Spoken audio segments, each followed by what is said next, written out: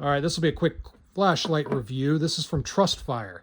They sent this to me, no money exchanged hands, but they sent this to me for review. And the reason I'm reviewing stuff like this is because people buy stuff like this on Amazon and other sites. So you can look up the price online. I won't tell you what it is on here because YouTube doesn't really like that. So look it up. It's really inexpensive. I kind of call these bottom feeder flashlights because you see them for super cheap, and you see various models. You'll see them for sale on Amazon, and then they'll discontinue, and then they'll be on sale through another company or whatnot. They're all made out of China. They're just kind of really cheap designs, and this is one of them. This is, here, let me flip this over, and you can look at the specs right there if you'd like. Make sure we zoom in so you can see that. So nothing really fancy with the specs. It's an 800 lumen light, and it has a runtime of about 61 minutes. So it is an internal battery that's USB, micro USB hookup right here. And the little cover that's on it is pretty flimsy. Sorry, I'm trying to do this with one hand. It's a pretty flimsy cover. So I expect this to be, if you use this in any type of field conditions, this is going to come off pretty easily, and then you're going to have your micro USB port exposed to the elements. Not that this provides much protection anyway, but it is what it is. Looking at the retention bar right here for the rail, it's about a quarter length, maybe close to a half length. I'd prefer a full length, but I get that because if you look at other brands, they do the same thing, just more in the center. So it retains just fine, and it does have screws so you can take it off and whatnot. The quick detach right here, it works and it's fine. It's not as well made as Olights. The Olight Valkyries and such have a better one.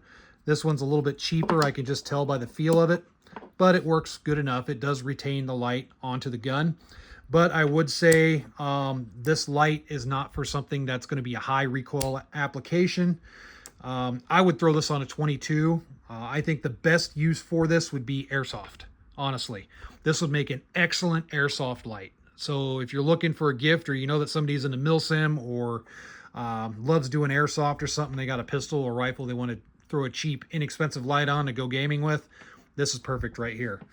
The lens, good enough. No issues with the lens. This weird colored bevel right here, though, it's kind of like a rose colored or whatnot.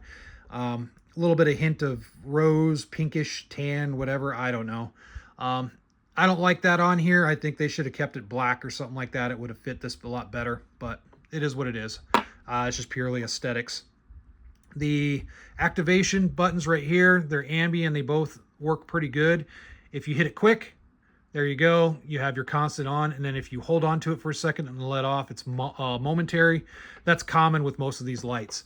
The light throw, you see you got a hot spot in the center and then a lot of splash. It's pretty much kind of standard. I don't see any difference with a lot of these inexpensive lights. They're all kind of the same. And the key about these, and the reason I say that they're probably good for Airsoft or for like 22 caliber applications, the weak spot with all of these lights, and that's just kind of across the board, is the internal electronics.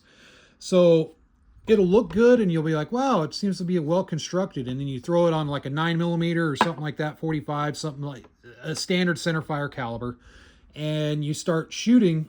After a while, the light might start flickering or something like that, and that's just the electrical connections. With these inexpensive lights, that's kind of a common thread. Now, this one seems to be working okay for now, but I don't expect this to last like a Streamlight would or even an Olight. So keep that in mind. These lights are cool. These inexpensive lights are cool, but you got to be honest with yourself when you purchase these. Be honest as far as the application. If it's going to be hardcore self-defense, make sure you save your money and get a better light. If you're looking for a training pistol, like pulling on a 22, like a Kel-Tec P17 or a Taurus TX22 or something like that, rock and roll. Throw it on there, have fun. And then the same with Airsoft. This, again, this is like perfect. I'm probably going to label this video Airsoft Light Review because this is perfect for Airsoft in my opinion. So in any case, there it is, just a basic light.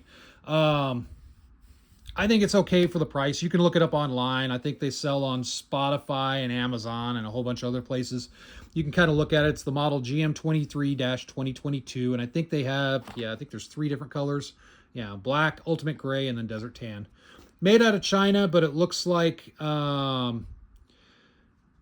So it has a China address, then it also has a Polish address. So I don't know, they must have a branch out of Poland or something. But anyway, there it is. Inexpensive light. I think it's okay for the money spent. Just remember, keep your expectations realistic, and don't use this for any serious type self-defense work or duty use. Save a little bit of money and get one of those flashlights that will handle that type of environment. All right, comment section below as always. Let me know what you think.